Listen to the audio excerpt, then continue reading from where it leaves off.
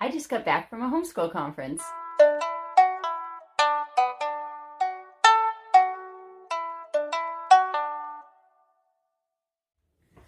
When I was a girl, my parents homeschooled me almost all the way up through, and I remember my mom going to homeschool conferences when I was young. Now, last year, I went to my first one, and she came with me, which was great. She showed me the ropes. We spent time together. It was such a good time to get away and see the books and hear the speakers. It was overwhelming, but also refreshing and encouraging. And I came away feeling like I can do this. And so this year, my mom thankfully watched my boys so that I could go, and I brought my cousin with me and a friend, and then another cousin met us down there. So it was really nice. It was a good time together, and it was their first conference, so then I got a chance to show them the ropes. So I wanted to share some of my notes from the conference with you. The first thing is a quote from Henry David Thoreau. "The price of anything is the amount of life you exchange for it." Some of the speakers that I heard were Tauna Meyer. She is from Proverbial Homemaker.com. She has YouTube videos and resources on her website. Then also Nancy Manos. Her saying is living life joyfully. She has nancymanos.com, and she shared some of her life story. It has not been easy all the time, but she did exude joy, and it was almost a shocking amount of joy. You're just like, wow, it's so amazing to see that. And another one that I heard was Dr. Mark Hamby. He's head of Lamplighter Ministries, which they publish books, and they also have audio dramas that they do. Some of the quotes from the conference: homeschooling doesn't always look perfect or seem coherent, but they're still learning things. And family is messy. Boy, I can attest to that. We plant seeds, and then we trust God with the growth and the maturing. This was from Tauna. She had two sayings that she keeps in mind. One is, done is better than perfect. And the other one is, progress, not perfection. Discipleship for the long haul. I like that. That's good. Sometimes we do feel like, okay, it needs to be right now. Like I've been training you, but no, it's for the long haul. We all have to keep practicing things. I liked this pattern that they had set out with questions for problem solving together, or just observing the world together. And so the first question that you would talk with your child about would be, what does the Bible say about this topic? What would a good godly response look like in this situation? What are potential consequences or blessings for various choices?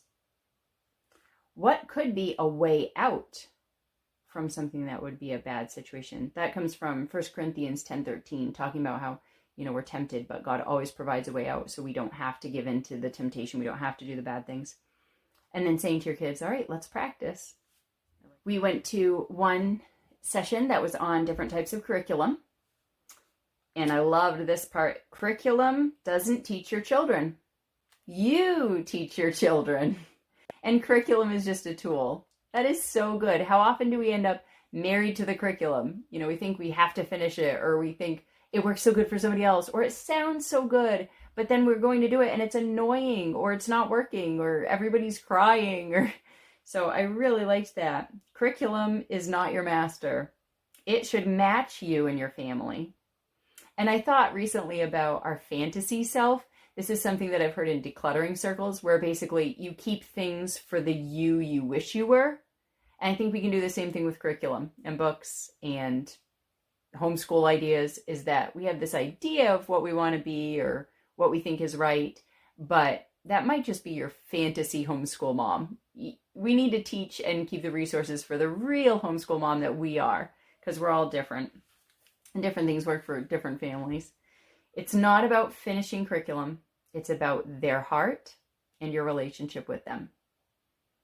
Think about how you learn and enjoy your kids. God knows that we have weaknesses, and yet even with our deficits, He has entrusted us with our children, and He has equipped us to care for them and love them and raise them up and teach them. We get attacked in our thought life. This is another great one. Boy, stinking thinking. I've heard that phrase before too. That can really get us down. Discontentment comes from looking at others. We should take every thought captive. This is also based on a verse, 2 Corinthians 10:5. How important it is to not just let your mind wander or wallow in the mud, but to take that thought captive and be like, is this the right thing that I should be thinking or not? We choose what we fixate on. Another one was, don't overfocus on your child's sin, or even your own sin too. You know, it's good for us to examine ourselves. It's good for us to think about our kids and, you know, accept the truth of what's going on and then do what we can to help them or for ourselves to grow up and do the changing that we need to do too. But sometimes we do focus on it too much. It's just all correction. And we need to look at the good stuff too and look for the good stuff and encourage them and encourage ourselves. One thing was, don't worry about high school while your kids are little. And I've seen this in my own life and even the lives of my friends where we're thinking so far ahead. But God will give you what you need today for what you need to do today. So relax and enjoy today. Be okay in this season. And remember that seasons change, for good or for bad. They definitely change. Homeschooling is unfolding the gift that God put in your child. Again, not always focusing on their deficits. You know, I think it's good to find curriculum that can help bring up our child's weaknesses. But sometimes we focus so much on bringing up their weaknesses that we don't focus on encouraging them in their strengths. God's given us all different strengths. Everybody isn't good at every subject or every topic, or everything doesn't spark joy in everybody's life. And so it's okay for us to realize that for our kids too. And they talked about how everybody has gaps in learning. You have gaps. I have gaps. Everybody has gaps. You get to pick the gaps that your kid has and focus on the things that are most important. And we all have to grow up. We also went to a robotics workshop. They had the kit all set up for us. And so we got to assemble the robot and then practice driving it around. And then they actually had a race at the end. So we raced the robot and we won. Our team won. So that was exciting. During one of the last sessions, it was on strong-willed parents. He said, don't be blinded and want your kids to look the part. That was something, even when my kids were toddlers, that I was really like, you know what, even if they're having a tantrum and we look like a mess right now and it looks horrible, I still need to be parenting them the right way and not just be like, all embarrassed and worried about what everyone else is thinking. It's like, I need to be here for my child right now and what we need to do and what's right for us. I thought that was really good. Don't worry about your kids just looking the part. Let's really focus on the heart and what's important. He said that he was being too impatient and just wanting fruit, just wanting the good things out of their life. And that's just like the Pharisees. He told us a story about how he became a shepherd for a little while. He had some sheep, but they wouldn't really follow him. They didn't recognize his voice and like they couldn't care less. He said he would talk to them. They'd look the other way. And one of them was a ram, and the ram and him did not get along. So the ram had butted him down to the ground. He jumped up. He's running around the yard. The ram's chasing him. He said his family's over on the porch cheering, not for him. And he was talking about how you need to be humble as a leader. He was being harsh with his family, harsh with the lambs. He said humility attracts our spouse and our kids to us. To be strong, you have to be weak. It's okay to be dependent on other people. We choose to be kind and loving, and then they will follow us. In Isaiah 40:10, it talks about God gently leading the mama sheep. I really like that verse. It's not just gently leading the babies, it's gently leading the mothers. We're doing an important work. One piece of advice he had was to release the reservoir of tension with laughter. I love that. That's great. There's been several times where I'm sitting around the table with my boys and it's like, okay, we got to focus. Let's try to finish this. And then one of them is goofing off or doing something, and I get to make the decision, am I going to try to keep them in line? Or a lot of times recently I've been choosing to laugh with them, and that's been a blessing, and it's going to make for better memories. And it does release the tension of the day and make homeschooling better for all of us. So I'm thankful for that. He talked about too, no pointing. You did this, you did this. He said, if a little kid gets hurt, you don't go up to him and say, you. He said, you come with open arms, grace. And then what do? They run right to you. I love that picture. Open arms, have grace for our kids. If you don't know what to do, pray together with your kid that you don't know what to do, and God will help you. And then another session we went to was on marriage. She said that complaining sucks the life out of marriage. Oh, isn't that true? And really, I ended up putting ... because complaining sucks the life out of pretty much everything. She said, you should really ask yourself, do I have a heart problem with complaining or with my attitude? Is it a habit of complaining? Or is it serving a good purpose? Am I complaining because I want to connect with people or because I'm looking for problem solving? And then if it is with a good purpose, is it actually achieving that purpose? When I complain, is it connecting me to people? Is it problem solving? Because sometimes we do complain for various reasons or bad habits. And so we really just need to assess ourselves, assess where we're coming from, and not suck the life out of everything. Oh. She said that you can find healthy ways to process things and to problem solve effectively. One idea she gave was journaling. And my husband and I have done this in the past too, where we had a journal and I would write a little bit and then leave it out. And then he would write a little bit and leave it out. And so we would talk back and forth. And that was really nice. And she does it with her children. And she said she also does it with God, where she will write down a question or a prayer or whatever's burdening her or whatever she's thinking about. And then as she goes through her day and verses that she reads or thoughts that come to her or, whatever seems like a response from him, then she'll write that down. So it's like she's having this dialogue with God and it's recorded in the journal. So I thought that was a neat idea. Moms set the tone in the household. Everybody says it. We pretty much know it's true. Hopefully we're setting a good tone. I know we're all doing our best. And then here's a quote from Amy Carmichael. Now you are deep in what seems to me a peculiarly selfless service. The spiritual training of children must be that you work for the years you will not see. You work for the invisible all the time, but you work for the eternal, so it is all worthwhile. I hope this was encouraging to you. And now a little bit about the books I got.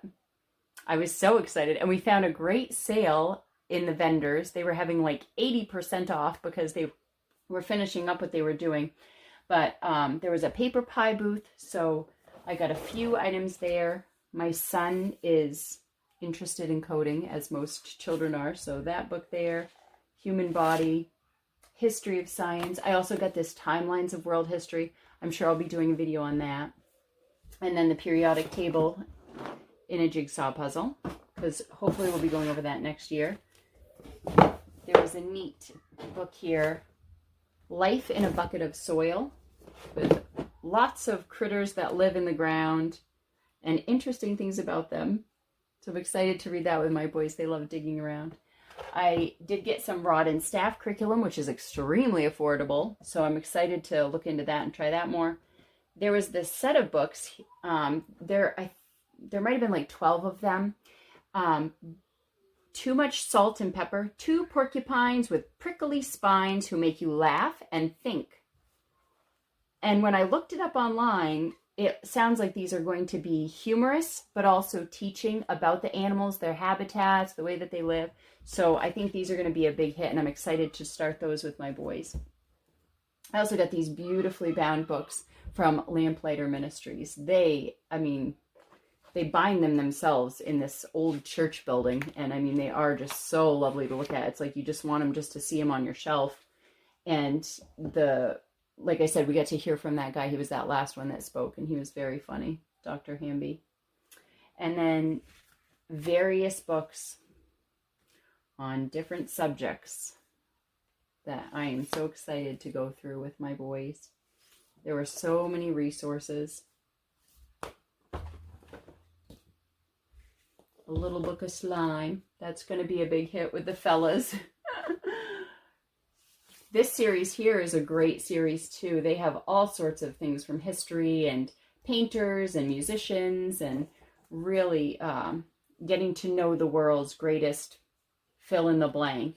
But this is a really neat series, so I was excited to find one of those books. Next year, I'm hoping to do the body as well with my boys.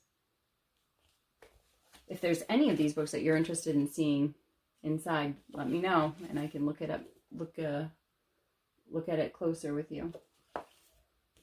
But so many great resources. This was a fun, different one I hadn't seen. Superstars of History, the Good, the Bad, and the Brainy. So it has who it is, and then just a few overview things that you should know about that person. Really neat.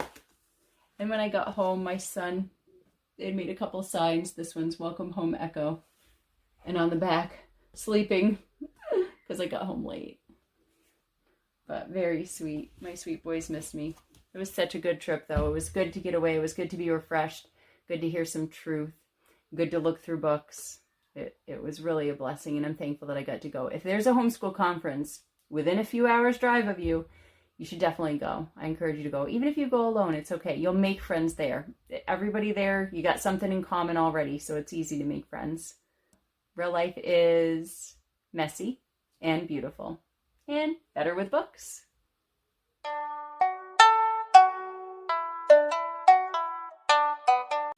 It hears us? Yes, it does. Ooh. Your eyebrows are up. I know. Up and down. Why up and down? What's the bone book? The bone book.